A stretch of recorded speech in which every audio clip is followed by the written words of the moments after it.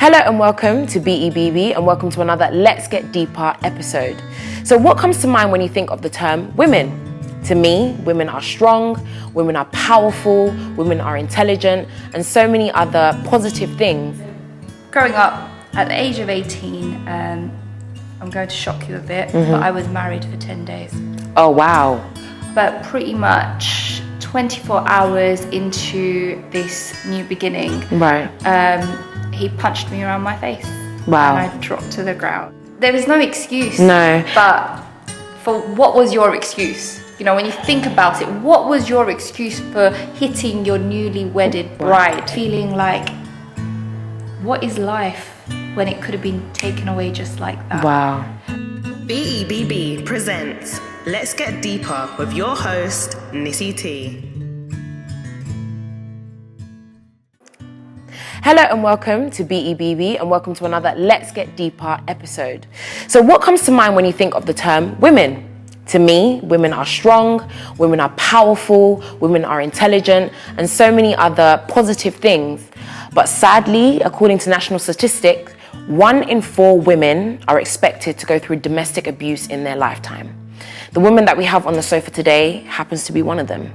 But she's somebody who has an incredible story to share, somebody that is strong and intelligent and beautiful and all the above, the one and only Marzana. How are you? Thank you, Nissy. I'm very well, thank you. Thank you so much for a beautiful introduction. No, it's totally fine. I think you definitely deserve it. You deserve it because there's so many things. There's so many reasons why you deserve it as well. But firstly, let's start with how are you?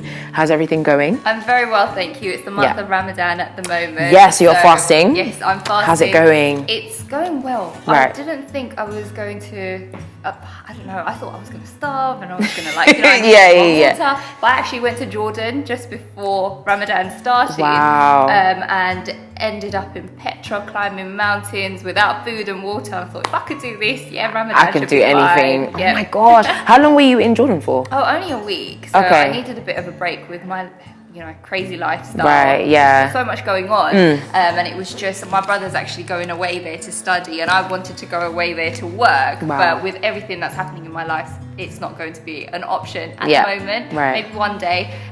So I thought, I'll just go away for a week, go check it out and just relax because I needed to just chill and have a bit of a spa treatment here and there. Nice. So that's what I did. And you didn't even invite me. That's the thing. Next time I'm taking you with me. Right, I'm just upset. You just be going and enjoying your life, and you're not even inviting me. Oh my God. Getting a tan. Now I feel really, really bad. My tan, It's really good though. You look proper, like brown, healthy. Got that vitamin, all of that nice stuff. Thank But you very much. so let's talk about that for a second before we get into your story, because that's how I actually connected with you in the first place. Yep. Did a TEDx talk, which we'll get into that in a second. But you've just mentioned that your life is crazy busy. You're a busy woman. You've got lots going on. What is your daily life, or what do you do basically? So I, up until about 4 months ago, was a finance professional working in the city, and I did that for 3 years straight after my crazy life. What do you call it? When everything went wrong for me, I decided that I wanted to change my life, so I did that. And now on the side, I had a little bit of a startup business where I was a property developer. Okay. Now I'm doing that full time. Amazing. This is your own personal business. My own personal business. Oh my I'm a gosh, property amazing. developer, property management. Yes. Literally love going in, buying repossessed properties and doing them up, adding character to them. So I love that. Putting life and soul into something that's lifeless. Right. And I'm also a domestic violence campaigner. Right. I'm an activist. Recently turned into the brand ambassador for UK Say No More, an organisation. Oh my gosh, yes, of course, yes. So really, really amazing things happening. But literally, I'm just as simple as that. Oh my gosh, simple? Wait, hold on. Did you just say simple? I don't know. Please. You're giving me a headache just by saying simple. Definitely not simple. You've got so much going on in your life. And of course, you mentioned the fact that you are a domestic abuse survivor. Yes. And that's where we connected. So we met at a TED Talk that you were invited to speak at. I was invited to speak at as well, which was the last time that I saw you, which is so sad. And we do need to meet up. We really do. We need to have coffees and all sorts. it's really we connected on the day. I saw you. I was like, oh my God, I need to speak to Nissy. And I love the fact that you thought the same about me. Yeah, I was like, I need you here. I see this. I'm envisioning it. Yeah, absolutely. And it's an honor to be here. I'm so privileged that you literally thought of me. No, thank you so much. So obviously we met on that day. You did your TED Talk, and literally I was astounded by everything that came out of you. You know, you explaining your story, which I'm not even going to touch on. In fact, you just explained to us your story and how you came to be a domestic abuse survivor. It's very, I don't know where to start. Right. In terms of, I thought I was just a normal girl living a normal life. My partner of 4 years, we wanted to get together and get married and have a happily ever after.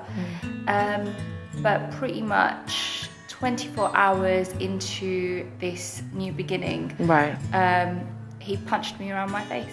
Wow. And I dropped to the ground, and that was my introduction to domestic violence. Having come from a family, a background where there's no such thing, and my father's never really done that. It was a shock factor for me. I didn't know what to expect. I didn't know how to react. Instead of saying anything or doing anything, I was mute. Wow. For a very long, 24 hours. Right. I just didn't say anything. And he just continuously said sorry. And as you do, you forgive because you love them and you feel like this is it and this is the person I need to be with for the rest of my life. And you don't expect that from someone who claims that they love you. Okay, let's take a step back for a second, right? Because you obviously said you don't know where to start. Let's go before you got into that relationship. So before you got with this person, what was life like before? Who was Marzana? So growing up, I was a very confident girl, daddy's little girl. I wasn't spoiled or anything. Okay. But, as they say, daddy's little girls always say, "Oh, I wasn't spoiled though." Yeah, of course you weren't. He was a very particular man. He wanted his children to live life the way he lived life. Right. So he gave us everything, but at the same time, he showed us the value of money. He told us that this is what you should do when it comes to charity work, helping other people. So those good values were instilled into us. And I always thought everybody was amazing. There was no such thing as a bad person. And if somebody said that somebody else was bad, I had to see it for myself to believe it. I was always of that mentality. But in terms of, my background as a Bangladeshi girl, we're wrapped in culture. Right. It's as if, there's a protocol. You have to behave in a certain way. You have to be the good girl from the good family, and you need to abide by your father's rules while you're in that clearly, family. and as well, you're a Muslim as well, Exactly. which is very clear. So I'm sure that kind of intertwined as well. That was a part of your culture and aligned with how you were supposed to be. I mean, the thing is, a lot of people get confused with culture and religion. Yeah, religion definitely. is not as, let's just say, backward culture. Yeah, it's definitely culture that comes in that gets almost masked as religion sometimes. Exactly. And in terms of me back then, I didn't wear a headscarf. I was just, I grew up in a not so Asian environment. Right. In fact, my school, it was, I think I was the only Bengali girl. Oh, wow, okay. Literally about 5 or 6 Asians. Oh, wow. So it was a very, very different and a contrast to what a lot of, people would expect me to grow up in. Because when people read my story, I've actually shared my story through my blog.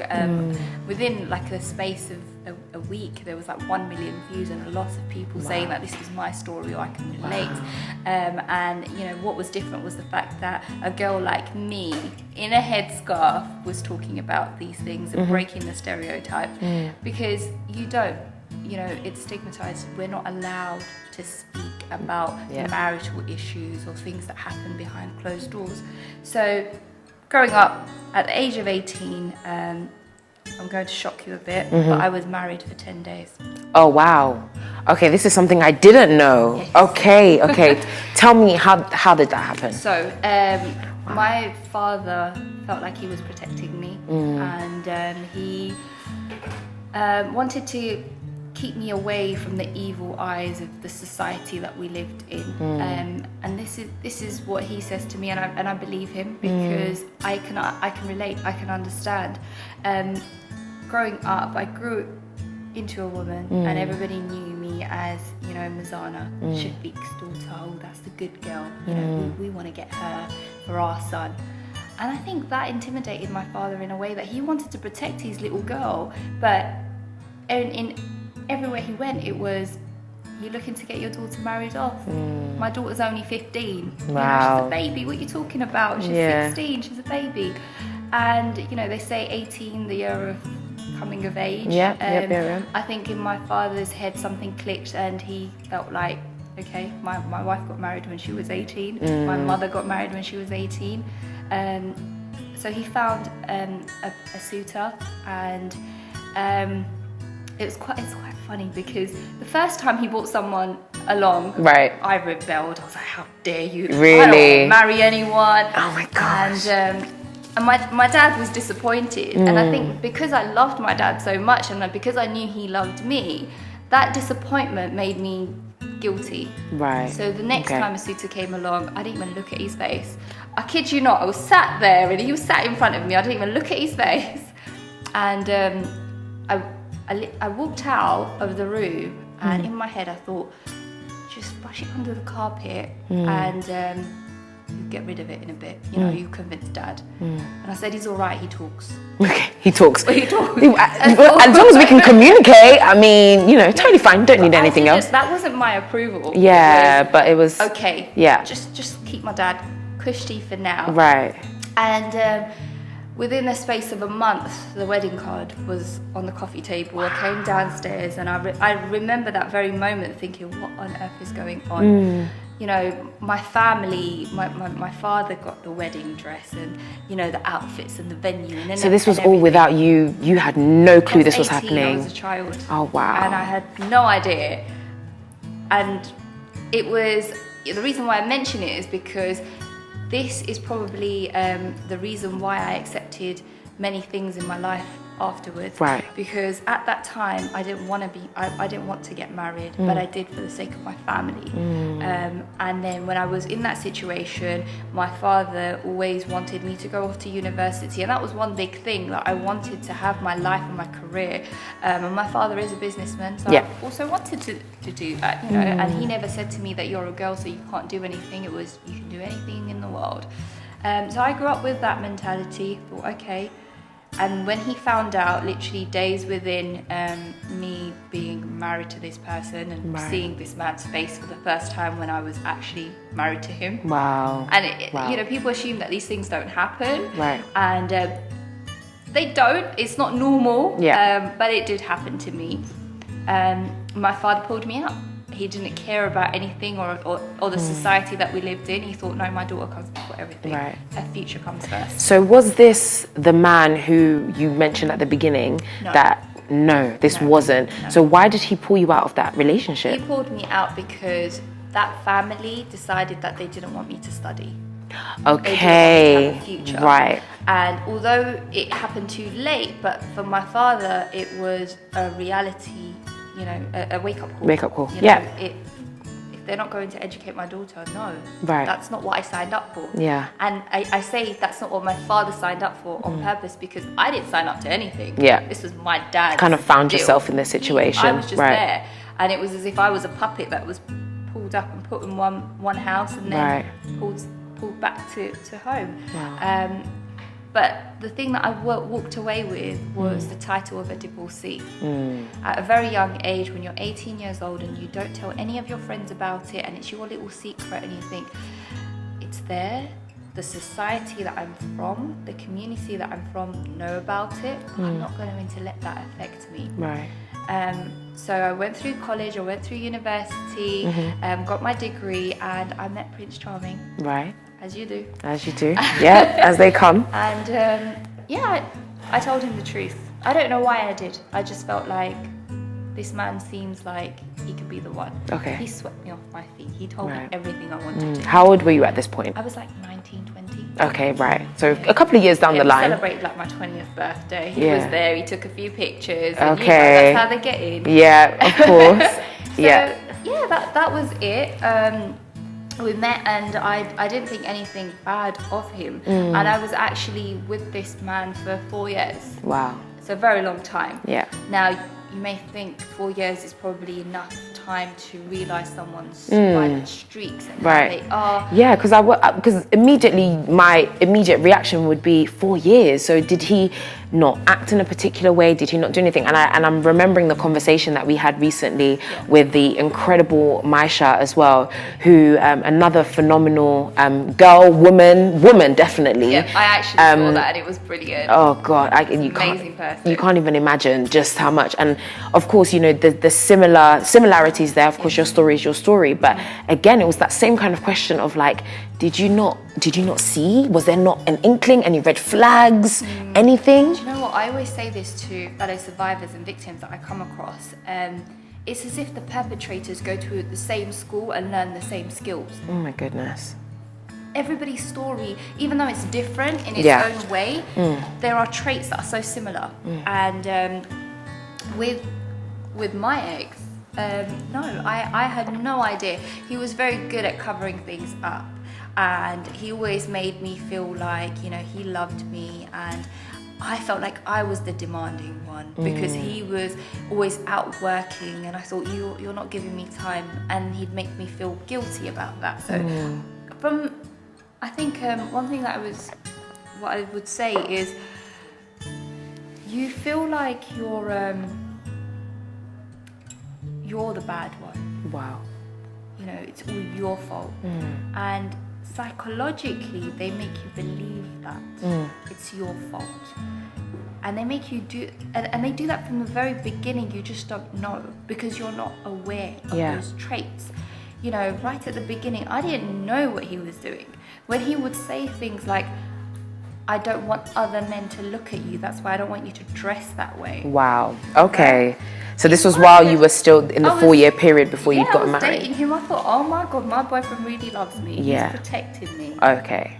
You know, that's what young girls do, like that protection. And coming from a family where I've got 2 brothers that are like 6'3", and you just think, this is the way. I was always like the little fiery one, that, you know, had the mouth, but that's because I had backup. Yeah, so you always knew your brothers were always there, so it was cool. Yeah, and I didn't have a problem growing up. Like when I was in school, I was known, I had friends.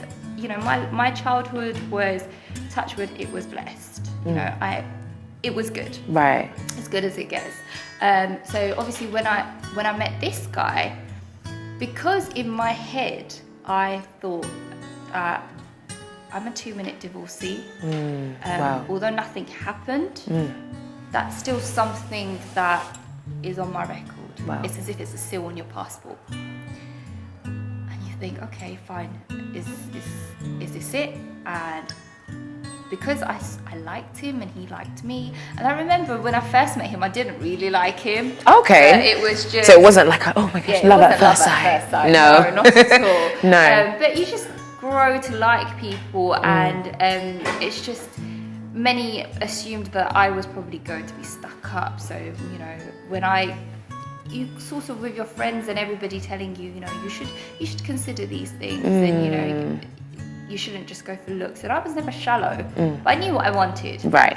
But I think with him, I just thought, okay, he's got a few good things. You know, yeah, we're attracted, but whatever, it will work out. It'll be fine.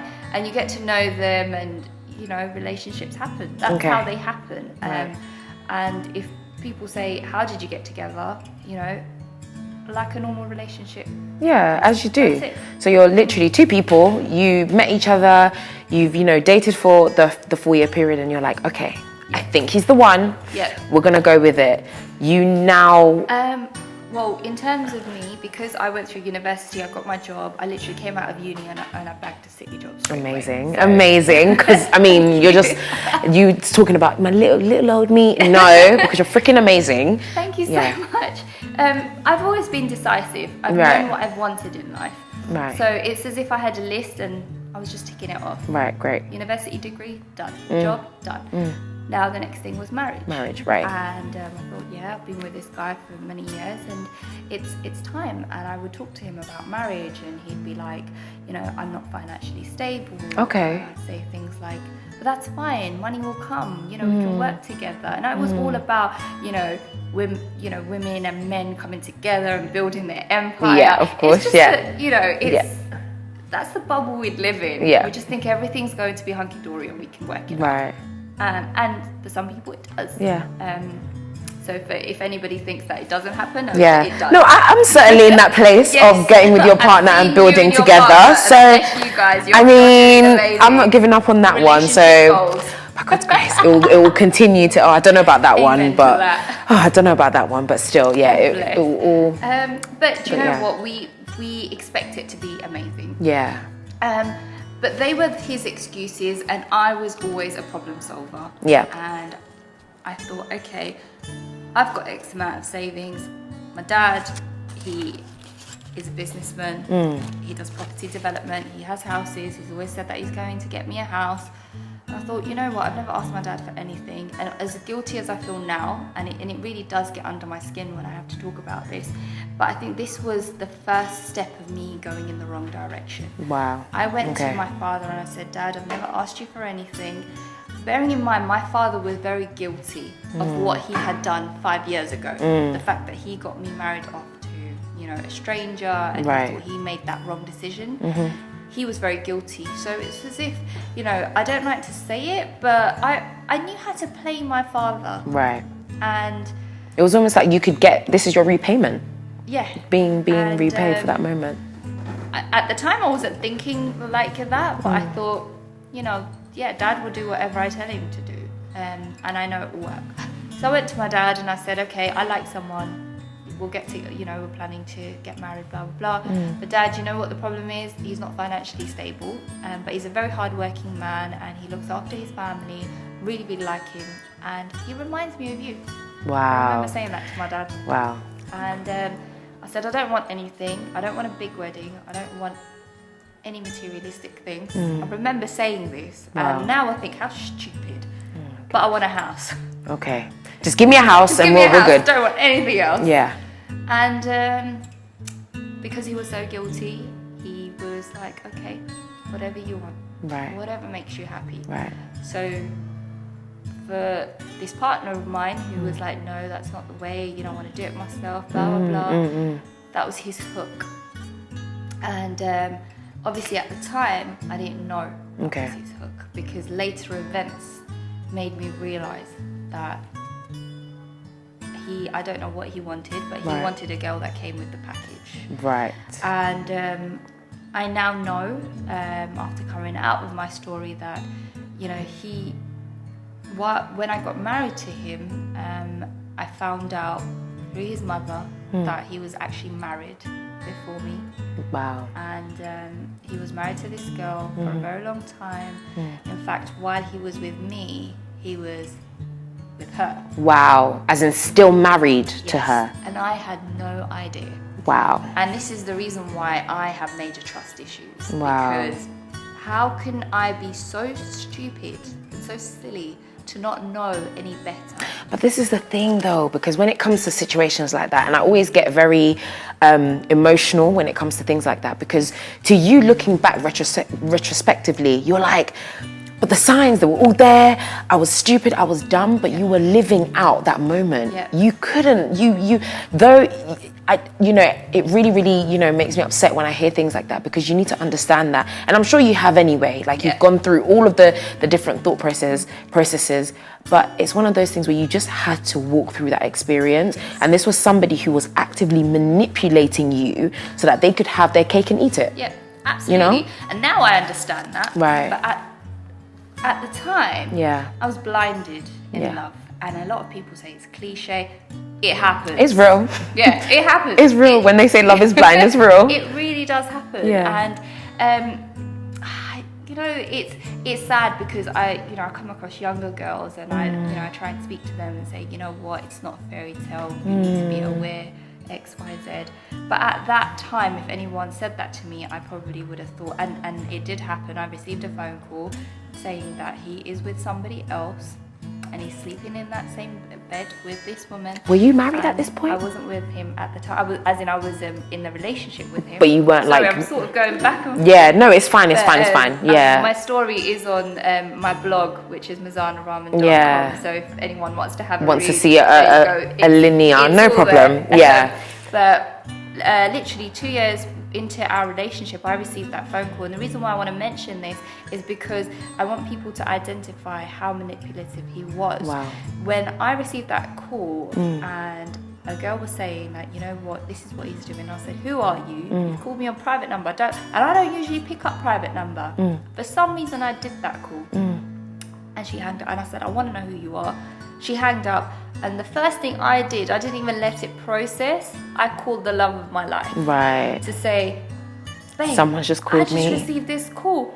And he was a chance that he knew what to say. He said to me, it might be someone from your past. There's many people that are probably hating on us. And, you know, just change your number. Wow. I don't want to change my number. Let that girl call again. I want to have a conversation with her. Right. And he said, baby, you know, I love you, and I've seen this, and it destroys people and their relationships. Just trust me and change your number. Wow. What did I do? You changed your number. Right. And literally, that was her out of the equation. Right. But after we had our nikah, which is for me, it was an engagement. It's like the traditional. It was the Islamic marriage. Yep. So after we had that, literally the next day, his mum was effing and blinding, and she said to me that you broke up my son's marriage with my niece. Wait, what? Wait. With my niece. Okay, so how do you react in that moment? I did not know what to do, what to say. And she said, don't you think I don't know about you? I know everything about your past. Wow. And I was like, what about my past? There was nothing. And I didn't hide anything. Everything was out there. I didn't hide the way your son hid things. I said, okay, fine. And this argument broke out in my household, in my mum's household, sorry. Right. And I thought, okay, what do I do? Everybody was at each other's necks. You know, my dad wanted to kill him. He had his fist near my dad's face, and I was like, what? So it was as if I was in the middle. So sorry, just so that we understand, like in terms of timing. So this is right after your nikah. Yeah. So right after the wedding day. After the wedding day, this is what happens. Yes. Wow. So, you know, I didn't know what to do, because on one side I had my father who raised me, my king, and then I had the guy that I loved, and I was torn between my two kings. Right. So on that very day I went with him, and literally, you know, when I said 24 hours within that time, his mum turned around and said something. I can't remember what exactly, but I remember saying, your mum's going to cause the end of us, and he whacked me. And I don't think that's justified. You have no right, number one, to hit a woman. And for what? Because she turned around and said, your mum's being out of order. Right. You know, I know there's two sides to every story. But no matter what your side is, you do not hit a woman. That's it. You just don't. It's wrong, full stop. And there is no excuse. No. But for what was your excuse? You know, when you think about it, what was your excuse for hitting your newly wedded bride? And you even mentioned beforehand that you thought that you might have said something, but you were mute.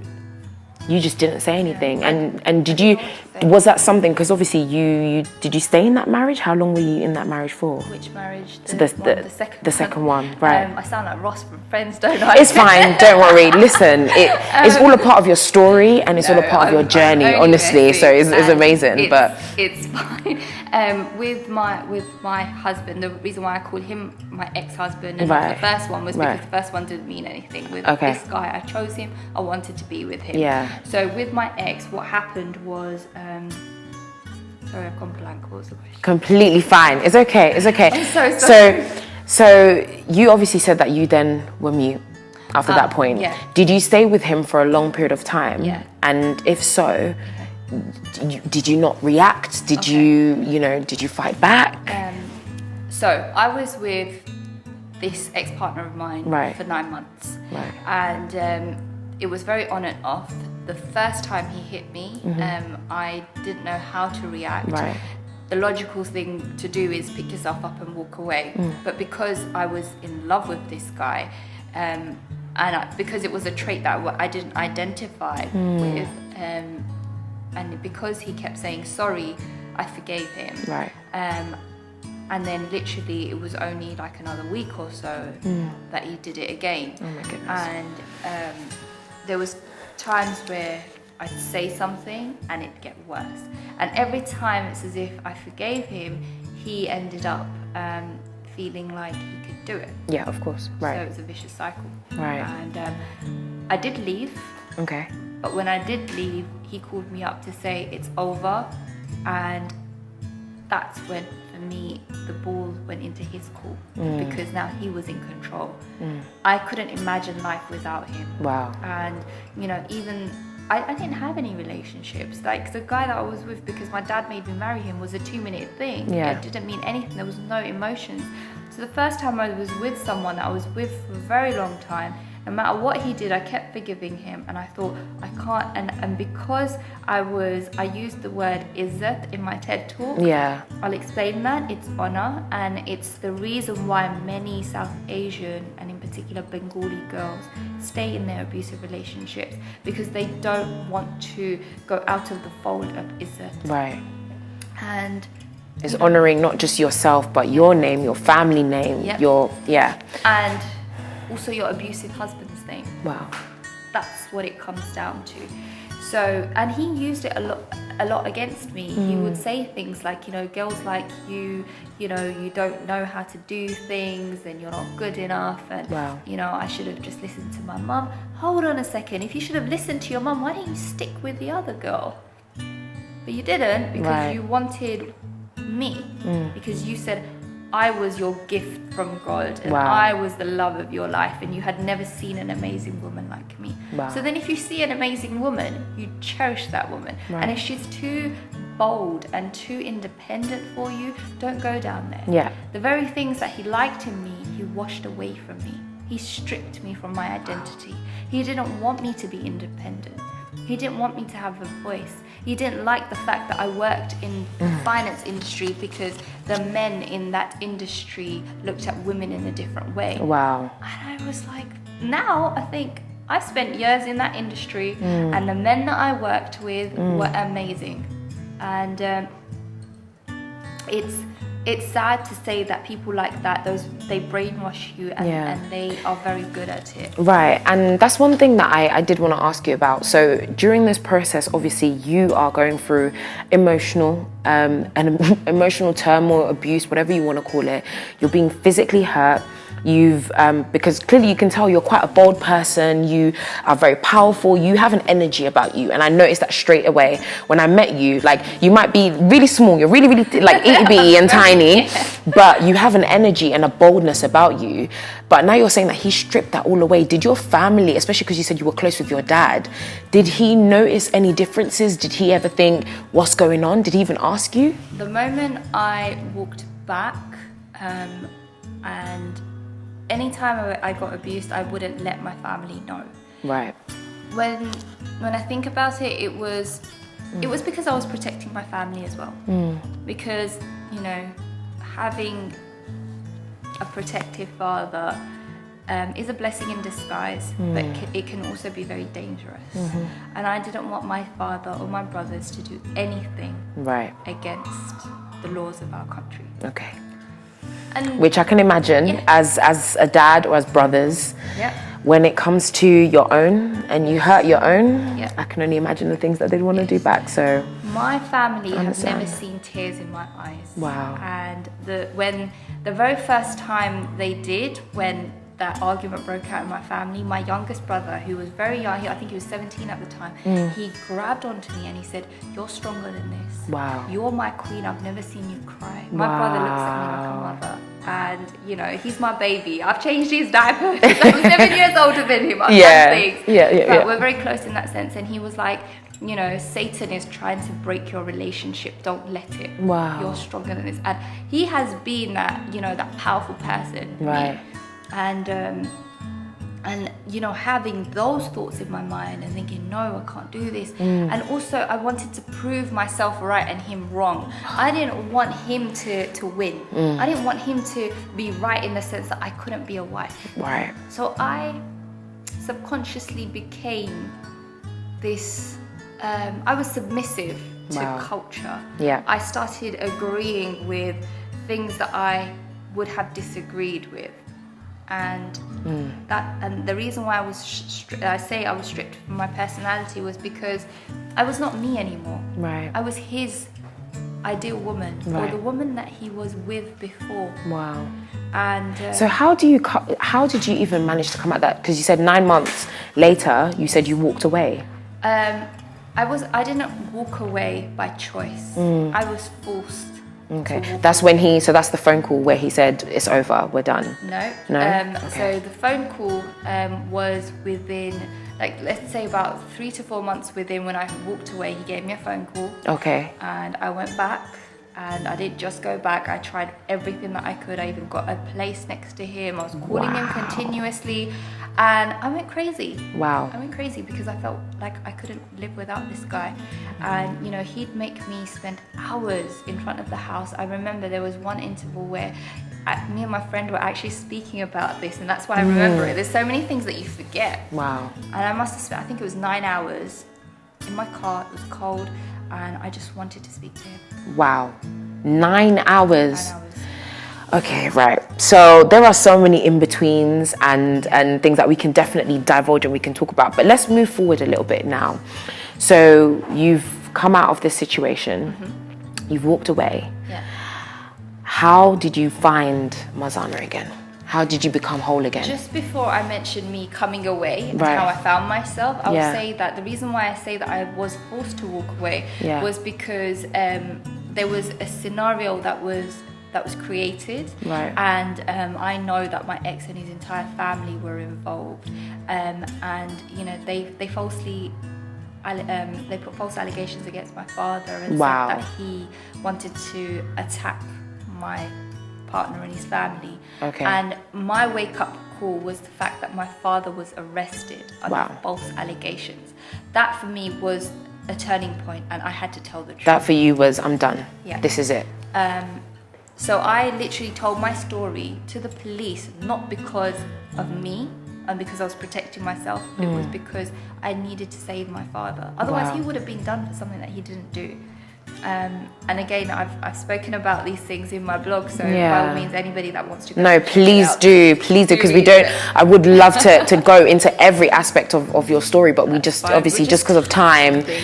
But please make sure you do, check that out. So, so now because of your dad, Yeah, you've now so, been like, this is not that's going to when I happen told anymore. my story, and the reason why I wanted to say that is because for me it was a turning point. Right. And when I wanted to become the person that I am today, Right. it was because certain episodes happened, and when I started processing things away from this person who was mentally sick and who was making me feel like I was at fault, that's when I realized, hold on, it's not me. Hold on, I need to change my life. I don't care what people say. I mean, I didn't want to talk about my past. I only openly spoke about it 3 years after everything had happened, so very long time. But there was ups and downs, and there's a road to recovery, and I did recover. But that was because of my mindset, because I believed that if there's life in me, then clearly there's a purpose, and I have a mission and some sort of service to the people around me. Maybe there's something in me that God's left behind, and I had a cyst that ruptured. Wow. And it's as if like tragedy upon tragedy. Right, okay. But I had a cyst that ruptured, and in that operation theatre, I was there for many hours, about 6 or 7 hours, and the doctors came out saying, I'm surprised she's still alive. Wow. There was about 2 litres of fluid inside my stomach, which I had no idea about. It just literally went boom.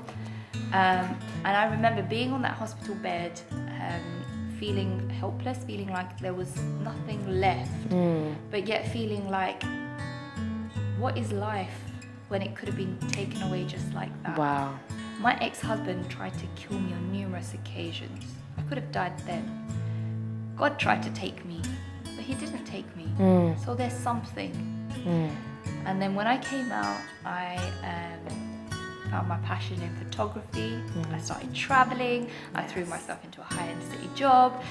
I did skydiving. Oh my gosh. You went and skydived. Oh my God. I've always said that I'm going to do it, but I know that is crazy.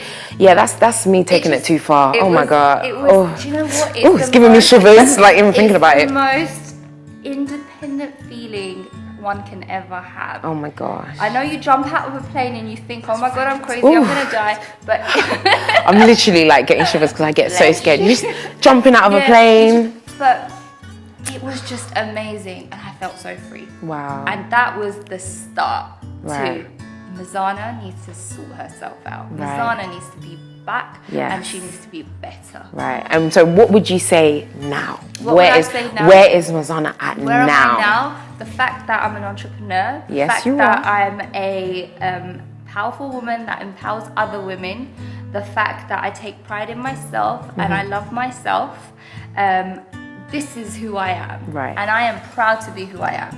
And I am not a victim, I'm a survivor. Wow. I pulled myself out of the rut to become a better person, not just for myself, but the people around me. Right. And I am pulling all these survivors together, and I'm going to create change. Yes. That's where I am right now. Oh my God.